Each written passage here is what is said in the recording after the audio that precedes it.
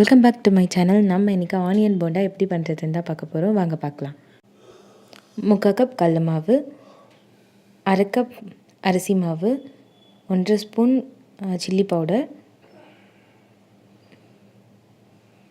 தேவையான அளவு உப்பு, வெங்காயம், இஞ்சி, கருவேப்பிலை கொஞ்சம்.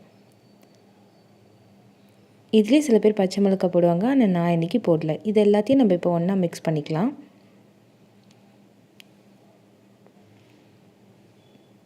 வெங்காயம் நல்லா இந்த மாதிரி நீல வாக்கில் நல்லா பொடி பொடியாக கட் பண்ணி வச்சுக்கோங்க.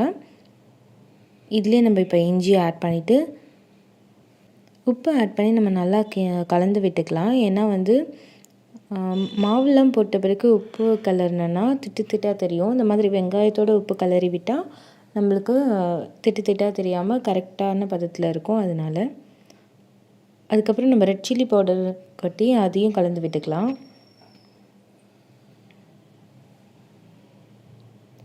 நம்ம எடுத்து வச்சுக்க இந்த 3/4 கப் கடல மாவு கரெக்டாக இருக்கும். நான் கொஞ்சமாக இப்போ ஆட் பண்ணியிருக்கேன். கொஞ்சம் கொஞ்சமாக ஆட் பண்ணிக்கோங்க பார்த்துட்டே. ஏன்னா சில பேர் வெங்காயம் கொஞ்சம் கம்மியாக போட்டிருப்பீங்க, அதுக்கேற்ற மாதிரி பார்த்து ஆட் பண்ணிக்கோங்க. என்னோடய வீடியோஸ் உங்களுக்கு பிடிச்சிருந்துச்சுன்னா லைக் பண்ணுங்கள், ஷேர் பண்ணுங்கள், கமெண்ட் பண்ணுங்கள், மறக்காமல் சப்ஸ்கிரைப் பண்ணுங்கள். இப்போ நம்ம எடுத்து வச்சுருக்க அரிசி மாவையும் இது கூட கொட்டி இதையும் நல்லா நம்ம இது கூட கலந்து விட்டுக்கலாம். இப்போ மீதம் இருந்த அந்த கடல மாவையும் நான் ஆட் பண்ணி நல்லாவே கலந்து விட்டுட்டேன். இப்போ இதில் நம்ம 2 ஸ்பூன் எண்ணெய் மட்டும் ஊற்றிக்கலாம். எண்ணெய் ஊற்றிட்டு இதையும் நல்லா இது கூட கலந்து விட்டுக்கோங்க. நம்ம தண்ணி நிறையா ஆட் பண்ண போகிறதில்ல, வெறும் ஒரு 3 ஸ்பூன் அளவுக்கு தான் நான் இன்றைக்கி கரெக்டாக தண்ணி ஆட் பண்ணேன். ஏன்னா வெங்காயத்துலேயே நம்மளுக்கு நல்லா தண்ணி விடும், அந்த தண்ணியிலே நம்மளுக்கு கரெக்டாக வரும்.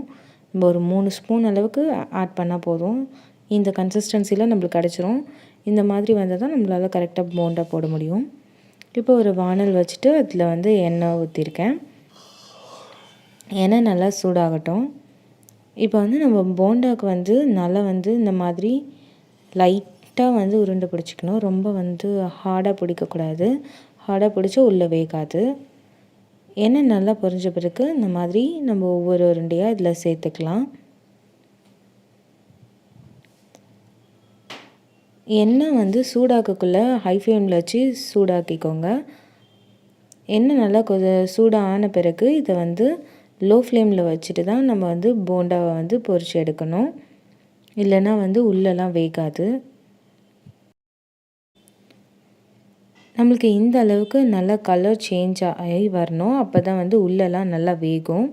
இதை நான் லோ ஃப்ளேம்லேயே தான் வச்சு பண்ணேன். லோ ஃப்ளேம்லேயே நீங்களும் வச்சு இந்த மாதிரி பண்ணுங்கள். அப்போ தான் உங்களுக்கும் நல்லா உள்ளே வெந்து கிடைக்கும். இந்த மாதிரி நீங்களும் வீட்டில் ஆனியன் போண்டா செஞ்சு பாருங்கள். தேங்க்ஸ் ஃபார் வாட்சிங்.